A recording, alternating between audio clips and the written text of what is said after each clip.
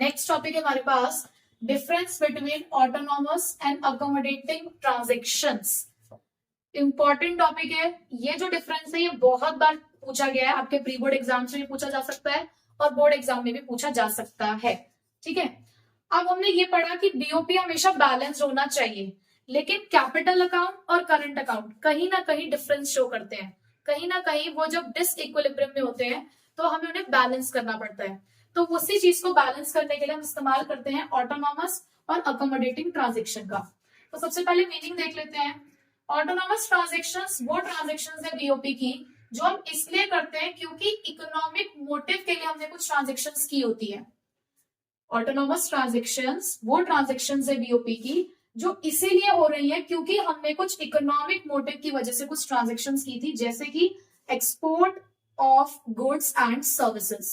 ठीक है, तो यानी कि हमें प्रॉफिट कमाना था इसलिए हमने कुछ ट्रांजेक्शन करी। ठीक, अकोमोडेटिंग, देखो यहाँ पे नाम क्या है, अकोमोडेटिंग, यानी कि कहीं ना कहीं एडजस्टमेंट है। तो इसीलिए ये वो शॉर्ट टर्म कैपिटल ट्रांजेक्शंस है जो बीओपी के अंदर हो रही है, which are meant to correct the disequilibrium, कि इस ऑटोनॉमस ट्रांजेक्शंस की वजह से कुछ डिसइक्विलिब्रियम हुआ होगा, इस ऑटोनॉमस ट्रांजेक्शन की वजह से डिफरेंसेस आए होंगे डेबिट और क्रेडिट में, तो उसको अकोमोडेट करने के लिए, उसको करेक्ट करने के लिए जिन ट्रांजेक्शंस को किया जाता है उसे अकोमोडेटिंग ट्रांजेक्शंस कहते हैं। ठीक है, पर्पस क्या है, देखो इसका नाम ऑटोनॉमस है और ऑटोनॉमस का मतलब ये होता है फ्रीडम, इंडिपेंडेंट। तो ये जो ट्रांजेक्शंस होती है इसका स्टेट ऑफ बीओपी से कोई मतलब नहीं होता, ये उससे इंडिपेंडेंट है। लेकिन अकोमोडेटिंग ट्रांजेक्शन होगी तब जब हमें अपने बीओपी को बैलेंस करना होगा, यानी कि हम करते इसलिए हैं क्योंकि हमें अपने बीओपी को बैलेंस करना है। उसके बाद इसका अनदर नेम इसे बोलते हैं अबव द लाइन आइटम्स। क्यों अबव द लाइन आइटम्स बोलते हैं, क्योंकि सबसे ऊपर होता है हमारा करंट अकाउंट, करंट अकाउंट के नीचे बनता है कैपिटल अकाउंट, फिर ऑफिशियल रिजर्व्स आते हैं। तो करंट अकाउंट की जितनी भी ट्रांजेक्शंस होती हैं वो ऑटोनोमस ट्रांजेक्शंस होती हैं।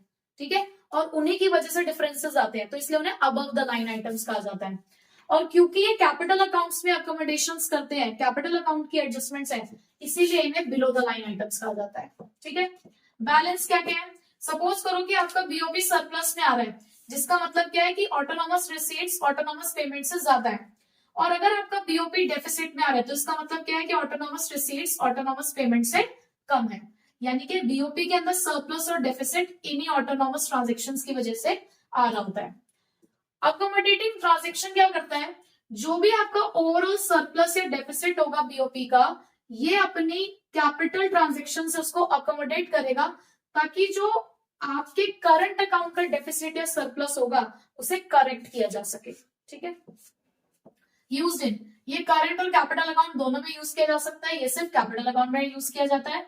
एग्जाम्पल अगर हम देखें तो यहाँ पे एक्सपोर्ट्स हैं, फॉरेन इन्वेस्टमेंट्स हैं, और अकोमोडेटिंग के अंदर हमने अब्रॉड से कोई एक्सटर्नल असिस्टेंस लिया होगा, बोरोइंग्स होंगी, या हमने लैंड किया होगा अब्रॉड में पैसा, या हमारे फॉरेन एक्सचेंज रिजर्व में कोई चेंजेस आए होंगे।